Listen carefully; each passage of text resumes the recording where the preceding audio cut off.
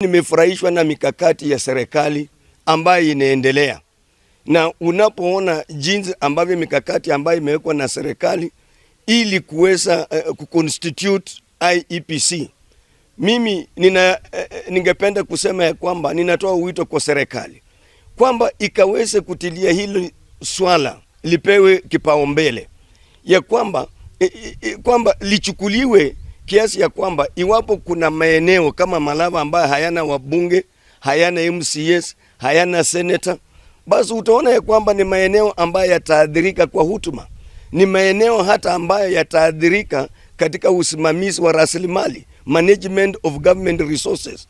Kwa hivyo utaona hata ya kwamba representation ya watu kama watu wa Malava, ni nani anayesimama ili kutoa sauti ya mwananchi wa kawaida, waweze kuzingatia hii process ya constitute IEBC, kwamba ikaweze kukamilika kwa wakati ufao, ili mwananchi wa kawaida akaweze kupata haki yake, akaweze kufaidika, akaweze kuwakilishwa kwa njia ambayo ni ya kikatiba. Wakazi wa Malava wakaweze kuelewa kwamba tuwe na subira, tuwe na uvumilivu, ili katika hii hali ya mapito ya wakati, kwamba ni kiongozi yupi bora ambayo